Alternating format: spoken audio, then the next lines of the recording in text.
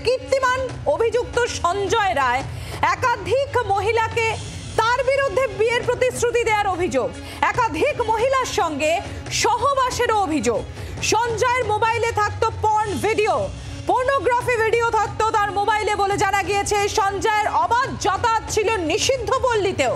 সঞ্জয়ের 3 থেকে 4টি বিয়ে বলে স্থানীয় বাসিন্দারা তারা দাবি করছেন।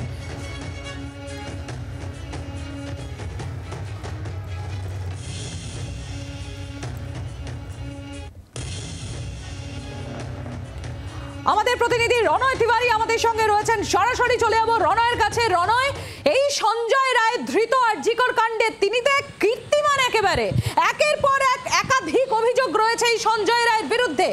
এমনকি প্রতিবেশীদেরকেও ঠকানোর অভিযোগ রয়েছে, মেয়েদেরকে বিয়ের প্রতিশ্রুতি দিয়ে সহবাস করার অভিযোগ রয়েছে, একাধিক অভিযোগ রয়েছে এই সঞ্জয় রায়ের বিরুদ্ধে।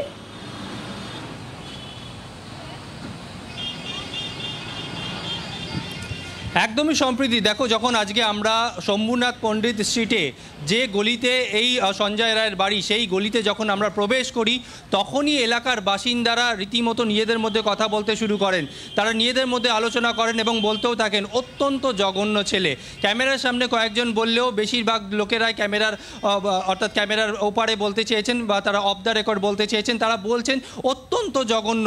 স্কুল লাইফ থেকে তাকে দেখা যাচ্ছে যে মেয়েদের দেখলেই তার চাউনি ছিল একদম অন্যরকম, তার মোবাইলে পর্নো ভিডিও থাকতো এমনটাই অভিযোগ।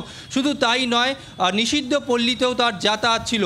এলাকার বাসিন্দারা এও বলছেন যদি আমরা ঠিকভাবে খোঁজাখুঁজি শুরু করি তাহলে সেটাও দেখা যাবে যে একাধিক মহিলার সঙ্গে তার ঘনিষ্ঠতা ছিল, একাধিক মহিলাকে বিয়ের প্রতিশ্রুতি দিয়ে সহবাস করেছে এমনটাও খুঁজে পাওয়া যাবে যদি আমরা খোঁজাখুঁজি শুরু করি বা পুলিশ কর্তারা যদি খুঁজে দেখেন। তো একই সঙ্গে তোমাকে জানিয়ে রাখি যে এই যে সঞ্জয় রায়, তার বিয়ে হয়েছে 3 থেকে 4টে বিয়ে হয়েছে, এর মধ্যে একটি বউ মারা গেছে এমনটাও আমরা জানতে পারছি।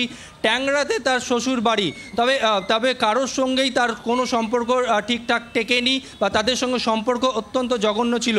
এলাকার বাসিন্দারা এটাও বলছেন যে সব সময় মদ্যপ অবস্থায় তাকে দেখা যেত বা রাত্রিরে যখন বাড়িতে ঢুকতো তখন রাত 1:30 থেকে 2টো সেখানেও তাকে মদ্যপ অবস্থায় দেখা যেত। গালিগালাজ তার মুখে লেগেই ছিল। তুমি জানো যে আমরা দেখেছি যে দুশমন সিনেমাতে যেরকম আশুতোষ রানার ক্যারেক্টার যেভাবে আমরা দেখেছি, ঠিক সঞ্জয় রায়ের ক্যারেক্টার বা তার চরিত্র ঠিক সেই রকমই ছিল এমনটাই বলছেন এলাকার বাসিন্দারা।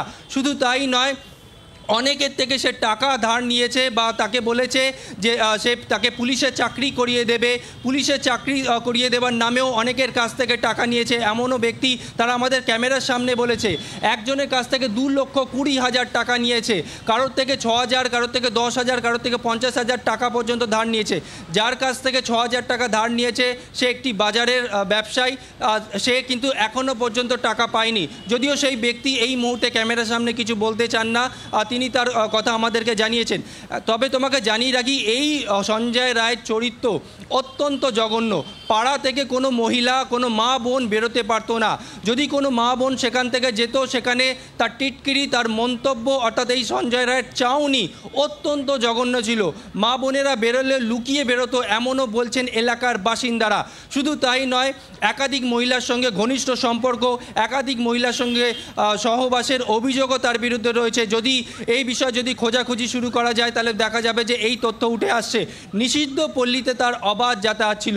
তোমাকে জানিয়ে রাখি, যেটা আমরা এলাকাবাসীর সূত্রে জানতে পারছি, 2013 সালে সিভিক ভলেন্টিয়ার হিসেবে কাজে যোগ করে এই সঞ্জয় রায়। একটি জায়গায় সে বক্সিংও করতো, সেই সময় বক্সার হিসেবেও পরিচিত ছিল, তার যথেষ্ট সুনামও ছিল এমনটাও শোনা যায়। তবে এই সুনামের সঙ্গে বদনামও ছিল, কারণ সে দেখতে সুন্দর ছিল এবং যে কোনো মেয়েকে সে ফাঁসিয়ে নিত এমনও বলছে। এবং ঘন ঘন দেখা যেত মোবাইলে পর্নো ভিডিও দেখতে, গলির মধ্যে, রাস্তার মধ্যে তাকে দেখা যেত। এলাকার কয়েকজন বাসিন্দা বলছেন তাকে রীতিমতো মারধর পর্যন্ত করা হয়েছে। তবে পুলিশে যখন সে জয়েন করে সিভিক ভলেন্টিয়ার হিসাবে, তখন থেকেই তার আবভাব দেখা যেত অন্যরকম।